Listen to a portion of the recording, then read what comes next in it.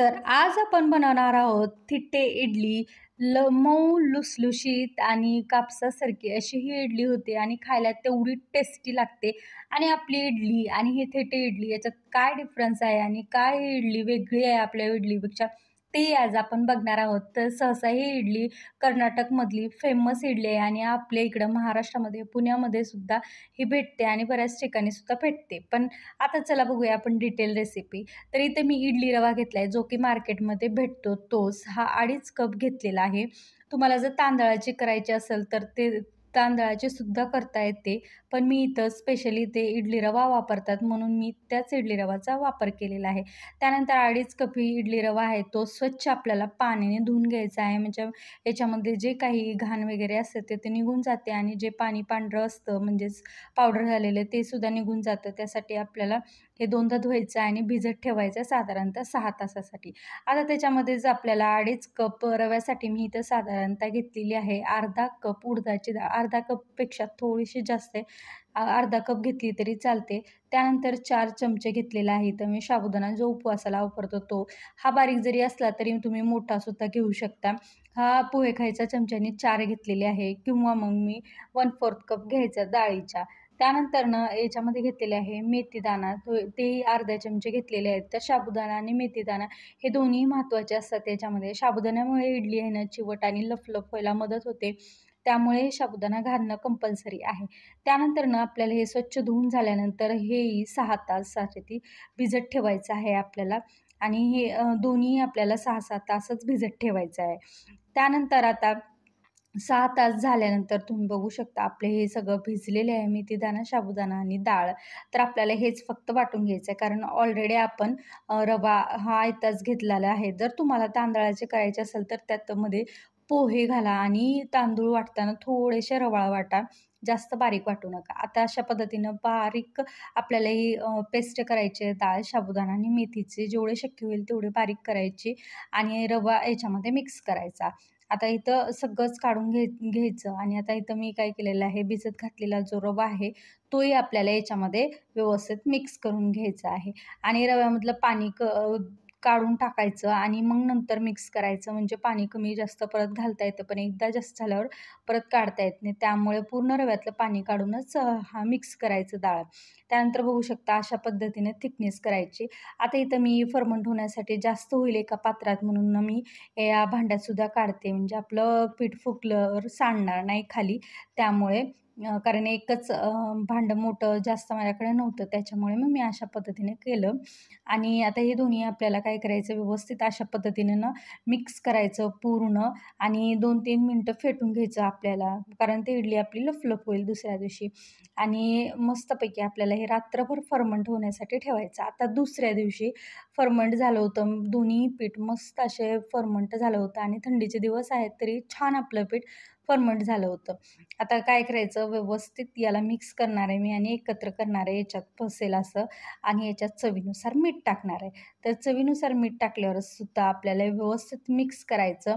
आणि इथं ना थिट्टे पात्र म्हणून भेटतं किंवा मग तुमच्याकडं नसेल ना तर आपले जे पोहे खायचे प्लेट असतात ना, त्याच्यात तुम्ही करू शकता आणि ते स्टीमरमध्ये ठेवू शकता. तर इथं मी काय केले माहिती आहे का, माझ्याकडे ना थिट्टे इडली पात्र आहे ऑलरेडी, त्याच्यामुळे मी त्याच्यातच केलेलं आहे. हे नॉनस्टिकचं आहे, त्यामुळे इडली इझिली निघते.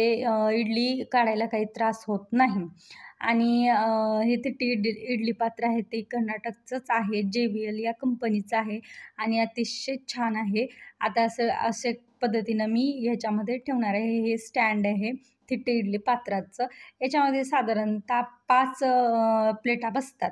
आणि त्यानंतर ना आपल्याला हे प्लेटा स्टीम करण्यासाठी ठेवायचं आहे. याला तुम्ही इडली पात्र, स्टीमर किंवा मग ढोकळा स्टीमर हे म्हणू शकता. आणि अशा पद्धतीचं हे स्टीमर आहे, इडली पात्र पण म्हणू शकता. त्यानंतर ना आपल्याला हे साधारणतः 20 मिनिटासाठी ह्याच्यामध्ये स्टीम करायला ठेवायचं आहे. हे इंडक्शनवर सुद्धा चालतं. इंडक्शनवर पण आपण ठेवू शकतो. तर आता ह्याच्यामध्ये मी 20 मिनिटासाठी स्टीम करणार आहे आणि मग जोपर्यंत हे स्टीम होत आहे ना, तोपर्यंत मग आपण आपली चटणीसुद्धा करून घेणार आहेत. आणि याचा लूक आहे ना, तो सिलेंड्रिकल आकाराचा असल्यामुळे दिसायलाही खूप छान दिसते स्टीमर आणि छान आहे. पटकन स्टीम होतं वरपर्यंत. आता इथे ना चटणी करायला घेऊया. चटणीसाठी मी इथं घेतलेलं आहे इथं डाळी घेतलेल्या आहेत आणि ह्याला पोळी चटणी असं म्हणतात. हरभऱ्याची डाळ, त्यानंतर उडदाची डाळ आणि तीळ, लाल मिरच्या आणि मिरे घेतलेले आहेत. हे सगळंच आपल्याला काय करायचं, भाजून घ्यायचं आहे आणि भाजताना ना थोडंसं तेल टाकायचं आणि तेल टाकून लालसर होईपर्यंत हे सगळंच आपल्याला भाजून घ्यायचं. आता ही जी चटणी आहे ना, याला पोडी असं म्हणतात. म्हणजे ही डाळ वगैरे घालून केलेली असते. थोडंसं खोबरं याच्यात टाकतात आणि ही चटणी त्याच्यावर इडलीवर टाकून खातात. स्पेशली असं सांबार वगैरे जास्त या इडलीसोबत खाल्लं जात नाही. कारण ही इडली एकदम मऊ आणि लफलफ असते. त्यामुळे हे चटणीसोबतच खातात आणि वरी तूप टाकतात. त्यामुळे खूपच छान टेस्टी येते. आता हे सगळं आपलं भाजून झालेले आहे तीळ वगैरे, तर आता आपल्याला हे ना मिक्सरमध्ये वाटून घ्यायचं आणि त्यात थोडंसं खोबरं आणि थोडंसं तिखट, थोडेसे जिरे टाकलेले आहेत मी, चवीपुरतं मीठ असं टाकून हे सगळं आपल्याला आता वाटून घ्यायचं आहे. आता वाटल्यानंतर अशा पद्धतीचे जास्त बारीक नाही, जास्त मोठं नाही असं वाटून घ्यायचं. आपली चटणी अशा पद्धतीने तयार झालेली आहे. तर आता आपलं हे इडली तयार झालेली आहे. तोपर्यंत 20 मिनिटांनी त्या स्टीम करून काढलेलं आहे मी. तुम्ही बघू शकता मस्त आपली ही इडली तयार होते 20 मिनिटामध्ये लगेच आणि ही इडली ना काढायलाही खूप सोपी आहे आणि एकदम इझिली निघते कारण नॉनस्टिकचे असल्यामुळं. आता तुम्ही बघू शकता मी आता इडली एक काढून दाखवते तुम्हाला. ते एकदम इझिली निघते आणि एकदम लफ-लफ अशी आपली ही इडली होते आणि खायलाही खूप छान लागते ही इडली. आता बघू शकता तुम्ही हे अशा पद्धतीने इडली होते आणि एवढी मोठी इडली असते ही तिथे इडली. 1 ते 2 इडलीमध्येच माणसाचं पोट एवढं छान भरतं, की दुसरं काही खायची गरजच भासत नाही. आणि याच्यावर ना तूप टाकतात मस्तपैकी गरमागरम इडलीवर आणि ही जी आपण जी चटणी केली आहे ना पोळी चटणी ते टाकतात आणि ते टाकून साध्या खोबऱ्याच्या चटणीवर किंवा असंच सर्व्ह करतात. मस्तच लागते. तुम्ही कधी नक्की ट्राय करा हे आणि कधी ट्राय केले का तेही मला कमेंट करून सांगा. जर तुम्ही बंगलोर, कर्नाटक साइडला गेला असाल, तर तुम्ही ही नक्की इडली खा किंवा आपल्या पुण्यालाही ही इडली आता मिळत आहे. त्यामुळे तिथेही तुम्ही ट्राय करू शकता किंवा घरी अशा पद्धतीने बनवू शकता. मस्त लुसलुशीत, लफलफ अशी ही तिट्टी इडली बनते. तुम्हाला कापून पण मी दाखवेल म्हणजे मस्त अशी वाटते. बघू शकता अशी ही इडली दिसते आणि एकदम मस्त स्टीम झाली आणि लफलफ होते. तर एकदा नक्की ट्राय करा आणि तुम्हाला जर माझ्या रेसिपी आवडत असतील, तर चॅनलला लाईक करा, शेअर करा आणि सबस्क्राईब करायला सुद्धा विसरू नका. तर मी असेच नवनवीन व्हिडिओ तुमच्यापर्यंत घेऊनच येणार आहे आणि सबस्क्राईब केल्यानंतर शेजारचं बेल आयकॉन क्लिक करायला विसरू नका. म्हणजे तुम्हाला माझ्या व्हिडिओचं नोटिफिकेशन येईल. आता भेटूया पुढच्या व्हिडिओमध्ये. तोपर्यंत बाय.